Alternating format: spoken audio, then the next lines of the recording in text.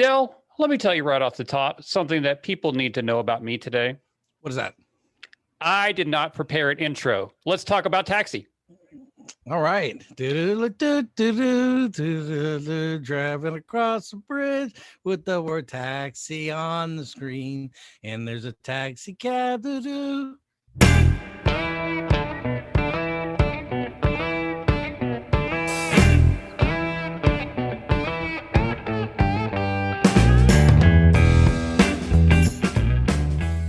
Okay, I think that we copyrighted that. That's ours now. Trademarked. Welcome, everybody. Welcome back to Pilot Pass, your favorite podcast, as well as Steve Gutenberg's favorite podcast. I heard through the grapevine. It's my grapevine. I just asked him directly. And I created it, but that's okay. My name is Matthew Pizana. I'm co-host of this soiree that we are on here today. My co-host in the other room of another house in a different location, his name is Del Pullen. That's me. Yes, you got a shout everybody. out. Yes. I noticed your shirt for some reason keeps jumping between taxi yellow and like a duller yellow too, depending on whatever the light in your room is doing. But like there goes dull, then pop back to big shiny taxi color yellow. Stupid green screen, but that's okay. We're not talking about that today. We're talking about Taxi, the show from the CBS network back from 1900, before people were born. That's right. Del, will you tell people didn't even know how television worked back then. Didn't even know. They were turning knobs still, those suckers. Del, will you tell the people a little bit about this show today? All right, started on ABC, which was later switched over to NBC. The show Taxi stars the employees of the Sunshine Cab Company. Let's see, there's the frustrated actor, Bobby, the struggling boxer, Tony, portrayed by Tony Danza. I guess I should say Bobby's Tim Conaway. A lot of famous people in this show. There really was. See, the art gallery receptionist, Elaine, who was Mary Lou Henner, who was in a couple of other movies that I'm a big fan of hers. We'll talk about a little later. Obviously, Louie, played by Danny DeVito, who would go on to perfect the show Always Sunny in Philadelphia. Indeed. Let's see, Judd Hirsch, oddly enough, who stars in the show, is arguably possibly one of the least famous people, although he's like been in Independence Day and a ton of other stuff, and a very well-known, respected actor. And of course, the amazing Reverend Jim, who was always my favorite character in the show, portrayed by Christopher Lloyd, and probably the only performance that's better than Doc Brown. I just think he's amazing in this. And then, of course, the amazing Andy Kaufman as Lucky Gravis, in the role that he hated, but yet made him even more famous. Did he like anything that he did, though? Let's be honest. I think he liked the stuff he came up with, like Tony, and stuff. But anything that other people created for him, he generally didn't. But it did get his name out there, and didn't you have Jim Carrey playing in a movie about your life? So he was important. I can tell you right now that I've already messed up, because you tell me this was a ABC show, then became an NBC show. Is that what you said? Yeah, that's correct. I thought it was a CBS show. So already I had the feel of the show incorrect. So what are you going to do? I think you're thinking of another show we finally gotten around to, Moesha. I believe that we thought was UPN, but I believe it was CBS that then switched over to UPN. Nope, it's UPN. We'll throw down about that later. You just get your energy going. Well, we're working it up to that. Right now we're doing Taxi. The one character that's not in there, your favorite, Reverend Jim, is not in the pilot episode. We do get to see everybody else. The pilot is called Like Father, Like Daughter. So nice. They gave it a name. Good job, guys. This was an interesting sitcom first episode. It was. And I'll tell you, here's how I came across this and why I wanted the show. I'd seen this show a lot as a kid and always liked it. It was just, to me, another one of those shows my grandparents watched that I kind of liked. Night Court, something that I just remember having seen a bunch of episodes as a kid. And oddly enough, this just came up on YouTube and it started to play. And I thought it was a clip show. I thought it was just going to do one scene, because I've been having a lot of clips come up for older TV shows to kind of give me ideas for what to do about the show. And this one just started, and the scene ended, and it kept going, and the scene ended, and it kept going, and the scene ended, and it kept going, and it got all the way to the end of the episode. And I went, wow, that was, I forgot that was that good. That was a really kind of heartfelt, touching episode. I wonder how, what season that was, because that was really, kind of built up to that moment. And I look down, it says pilot episode, and I'm watching the Andy Kaufman playlist. And I'm like, that was the pilot. That can't possibly be right, because the episode just drops you in the middle of everything. Yep. There's no with the exception of the guy who's coming to New York the first time, who in most sitcoms would be the guy we follow and would be the protagonist as he's introduced to this thing. Like in news, news radio, you're following along Kids from the Hall guy, Dave Foley, as he's kind of introduced his first day. No, this one, you're plopped right in with Judd Hirsch having a conversation, and he's been doing this for years. And it just felt like an episode from out of season 4 or 5. And they just plop you down and be like, here you are in the middle of it. And the premise is basically, sorry, I got a cough. That the phone booth or the payphone inside the taxi cab company is broken. You can make calls for free. So everybody gets in line back to start when there making were all payphones and you had to put back when there were machine payphones to be able to utilize it. Yes. And for some reason that they can't use the office phone, Louis De Palma is just not going to let them use the office phone. He's going to make them pay because it's Dane DeVito's jerk of a character who runs the taxi cab company from behind the gate. And of course, there's the reveal. I don't think it's till the second episode. No, it was where Dane DeVito comes out. It was okay. Yeah, when he finally steps out, you realize, he must have been in a raised room like a pharmacist, because he is like half the height of every other person in the show. And that must have been a great reveal if you didn't know who Danny DeVito was. When this show first started, because this is before Cheers, before anything like that, where his Rhea Perlman would go on to stuff. So because everybody's making free calls, they kind of talk Judd Hirsch into calling somebody. He didn't really do any call. So he finally decides to call his ex-wife to speak to his daughter, who he left at the age of 2. When his wife met a new man, she asked him to leave, and he thought that would probably be the best thing for her, the daughter, and he hasn't talked to her since, and she's 15 or 16 at this point. So he asked for her, and he's like, oh, she's already gone. Oh, she's flying to Europe to study. Oh, okay. Well, I'm here in New York. Maybe I could meet her if she has a layover, which is just very convenient for when he called, but it's a sitcom. What are you going to do? Of course, right. But it turns out the layover is in Miami before she flies on to Europe. So he and a bunch of the rest of the crew, including the guy who just flew into New York and is only he didn't there have anything better to do. He didn't have anything better to do. He was literally at the cab company just to get change for like a 50 so that he could tip. And there's a great joke on that later. So everybody can figure a 15% tip immediately, but they can't do math for anything else. They decided to pile in one of Louis' cabs without permission. And all the cab crew drive down to Miami to go see her for only this 20-minute layover. They go down. He meets his daughter. She says, you keep calling me, you keep saying you're my dad, but look, I don't know you. I don't remember you at all. It was really touching and heartfelt where she kind of just is like, you're just some guy. I don't mean to be rude. You seem like a nice enough person, but you're not my father. And he's like, well, look, and he starts telling about the first 2 years he was with her. And it really kind of clicks that he did love her and that he made a poor decision to stay out of her life. He thinks he should have been in it, but thought it was the best thing for her. And they kind of click and bond. Her flight gets called and she has to leave, but not before he gives her his driver's license. So that she'll have his address to be able to write him and a picture. So she'll know what it's for. Right. And I honestly thought that was super sweet. That's what I'm like, they must have been building to this like over a season or 2 of him not knowing his daughter. No, pilot right off the bat. Emotional episode, but tons of jokes, very funny. Latka's character is introduced as the mechanic who can barely speak any English. So yeah, it was a very weird episode that felt like it was further down. And normally I'd say, well, a show would have to earn that kind of credibility to be able to have an episode like that. But for some reason it worked in the pilot right off the bat, just being plopped into the storylines as they'd been going for years. Del, we have a new segment that I'm calling right now. And this new segment is, has there ever been a pilot that starts out with a very special episode? Other than this, has there ever been? It's such a weird thing. I'm fascinated by it. It was really, really interesting. That's why when I suggested it to you, I was really gonna be interested in your take. And we haven't talked about this before because I wanted to know. It did not feel like a pilot. They didn't set anybody up. They introduced a brand new character who you assume you're going to be following, who I believe at the end of the episode gets a cab license. Is that him? Is that the same guy? I can't remember. Yeah. So you're like, oh, okay, I guess we're following this guy. But nope, not at all. Instead, Judd Hirsch remains the main character. Yeah. Throughout the entire thing.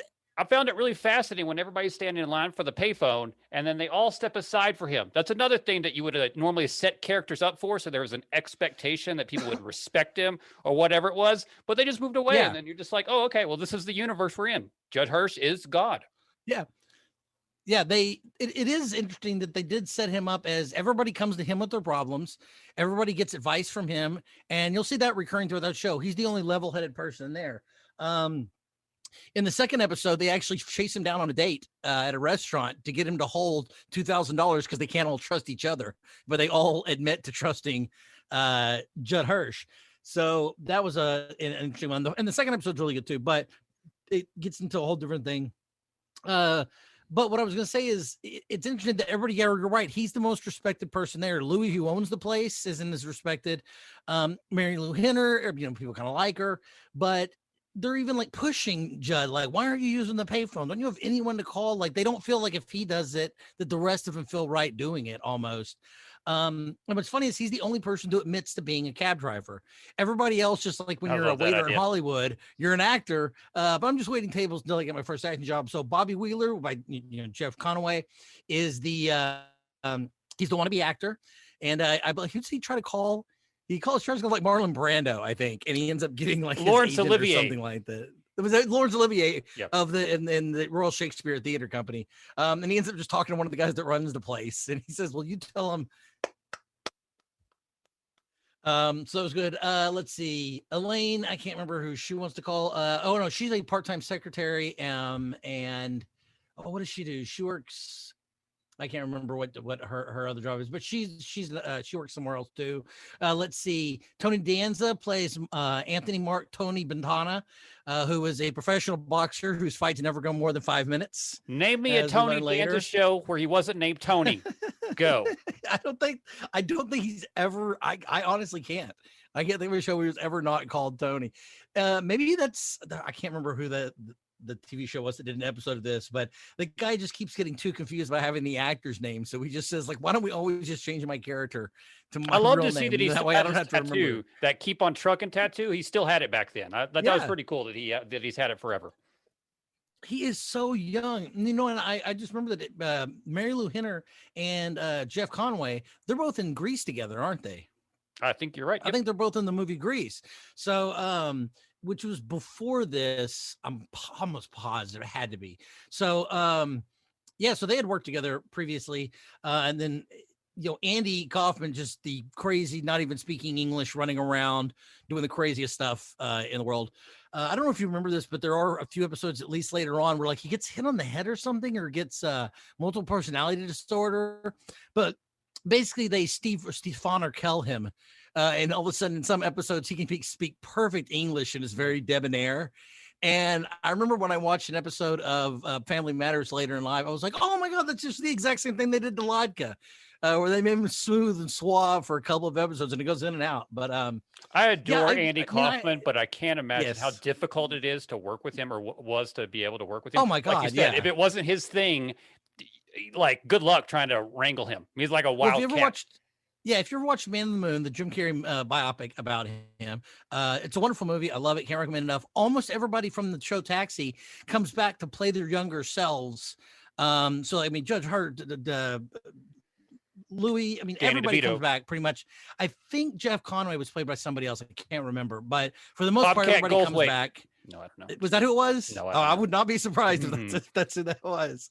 And everybody was like, yeah, he was a real dick. Like he didn't like the character. He didn't like what they'd written for him. And he only kept doing it for the paycheck. And because his agent kept saying, look, you're going to mess up your name if you drop out of this. Right. Like, we just get through whenever the show does, as the finale. And then after this, you'll be able to do anything you want after this.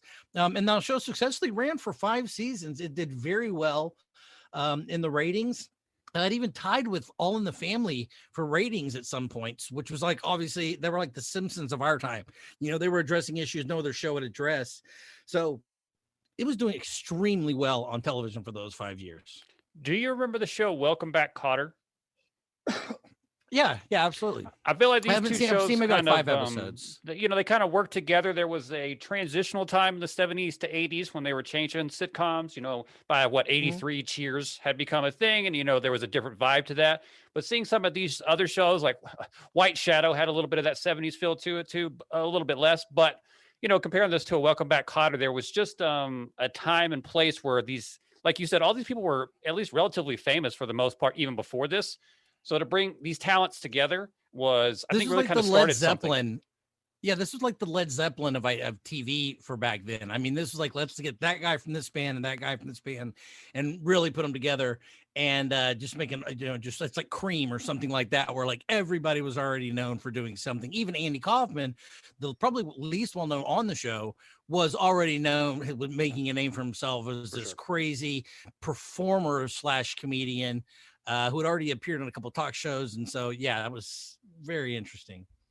I like the way that they respected the female character and that she was just one of the boys. This was something that they weren't probably Yes. doing a lot of at the time, and I felt like it was just in sync with everybody else. She was just another taxi driver. You're not special, except when she comes in and Danny DeVito thinks she's a customer, and then he realizes, oh no, you're just a Oh, trash no, driver. Get over yeah. there, I'll tell you eventually. Now that he's like, oh, ma'am, can I help you? Is there anything I can do for you? This, just offering just sweet as can be to her, and she's like, well, no, I'm one of the new cabbies. I'm here. He's like, oh, why the hell did you do that to me? I thought you were a person. Like get over there and shut up, and I'll call your number when it's done. I mean, and you're right. They just treat her like one of the boys.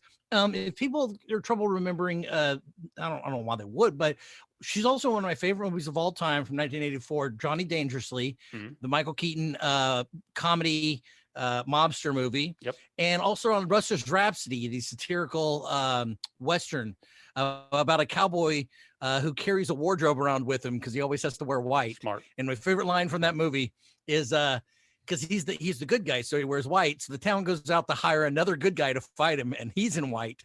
And the two, neither one can draw on each other because the good guy can't draw first in the epic showdown. So there's two guys in white facing off who neither can draw on each other.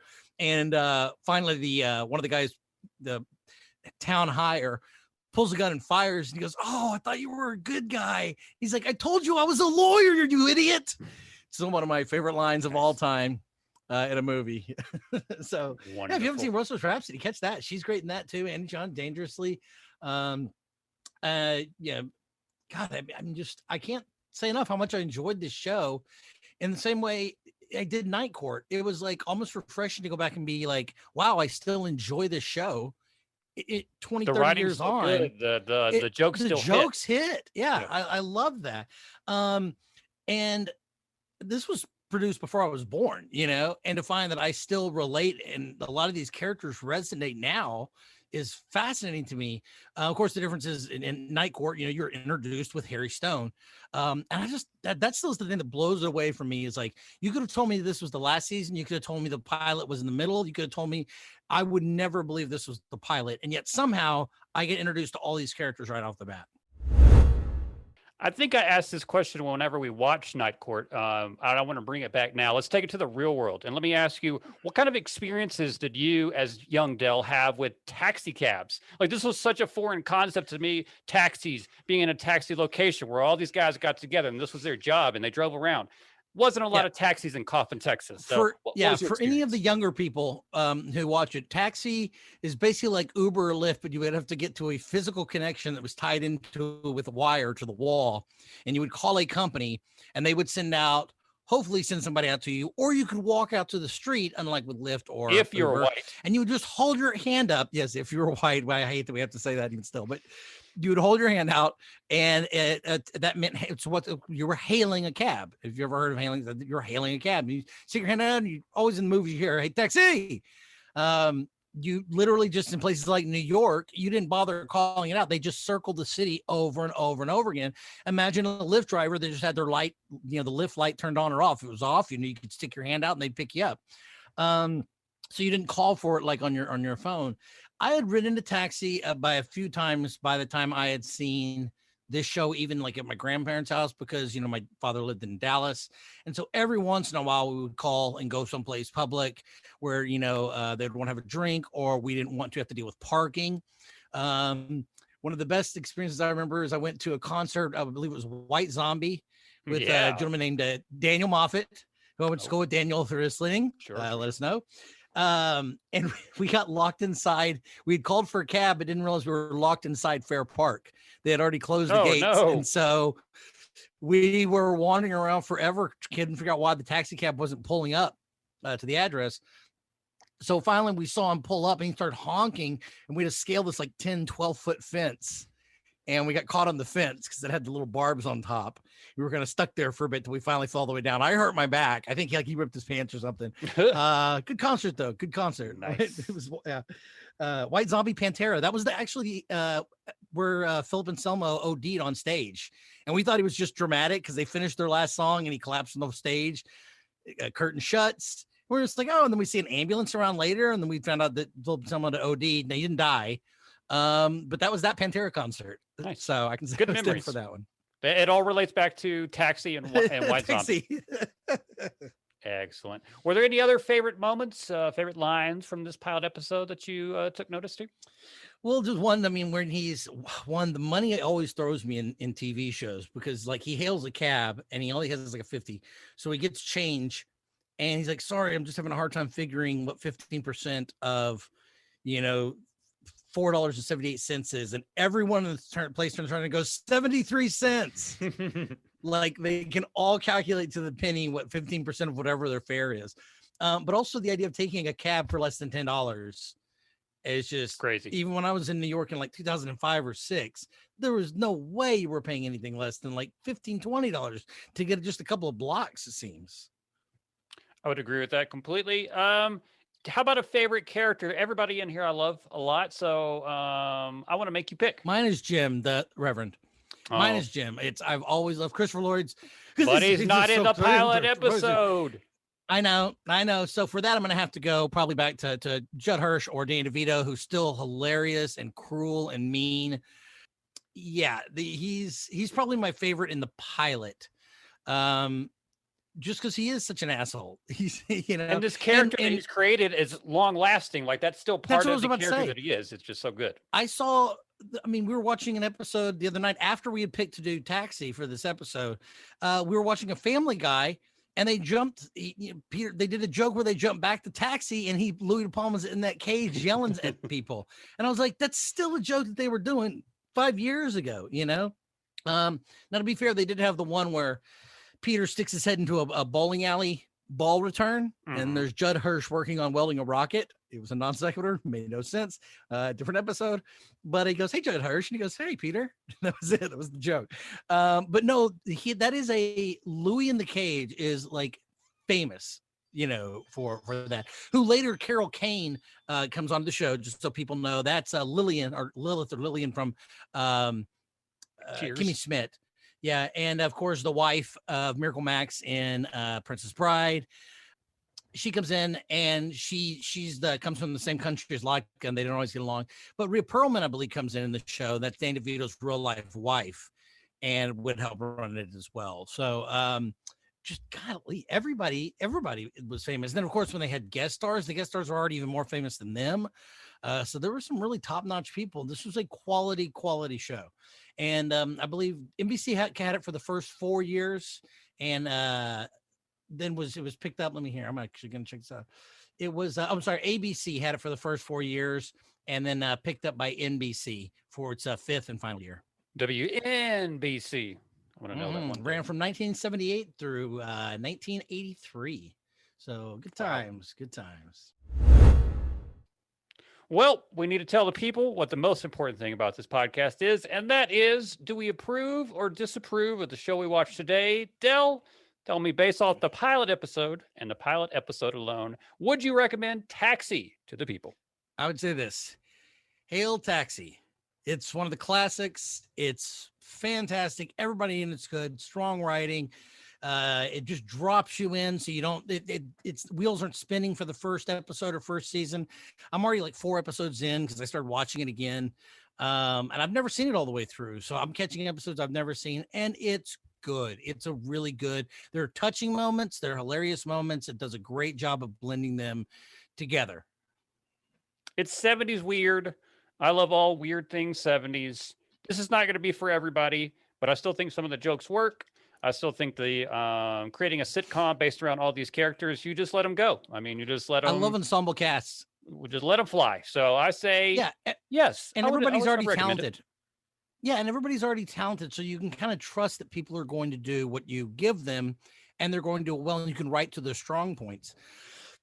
That's like when you have new people, you're trying to bend them to your character, and here you can tell they wrote the characters for the actors and how they would portray them well or deliver the lines. In fact, there was one a character who's in the pilot, and I believe the entire first season. I'm trying to see who that was.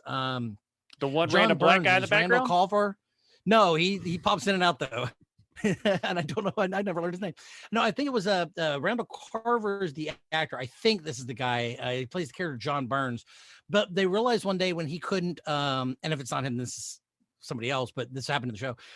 They realized that when somebody couldn't come because they were sick one day for a reading, they were going to have to rewrite the episode to be able to film it because he was sick, and they rewrote it and realized, wait a second, we're just handing this one character jokes when like everybody else can deliver them just fine. And they cut the guy after season 1 because they literally realized he was redundant, that all of his lines were able to be, depending on what type of line it was, serious, Judd Hirsch, silly, kind of picking on the guys. You can hand it off to Mary Lou Henner. Everybody else had already kind of covered the ensemble gaps. So he was let go. Just like you will be one day, but I won't tell you when. When you learn how to be funny, then that's the day. One day soon. I'm taking classes. They're online. They're at the University of Phoenix. I think it's a really good value, and hopefully my degree will work out. Oh, that degree from Trump University didn't work out for you? Not so much. Maybe next time, though. Del, where can the people find us online if they'd like to find us? Man, just the easiest way is go to pilotpasspod.com. That'll link to all of our social medias. I know I keep saying this, but I'm going to try to get a lot better about posting more content on the site as well. It's just been very, very crazy around here recently, but that's no excuse not to entertain the masses and the people. And, you people look up to me, and I should be able to throw you some scraps here and there. And I owe that to you, so I apologize. But pilotpasspod.com will handle pretty much everything. They look up to you because you Nancy Kerrigan their knee out and they're on the ground crying. Why? Why me? Why? It's my giant soapbox that I stand on whenever I talk to other people. Pilotpasspod.com is where we're at. Talk to us. Let us know there's shows that you'd like to listen to. We'd be more than happy to do them.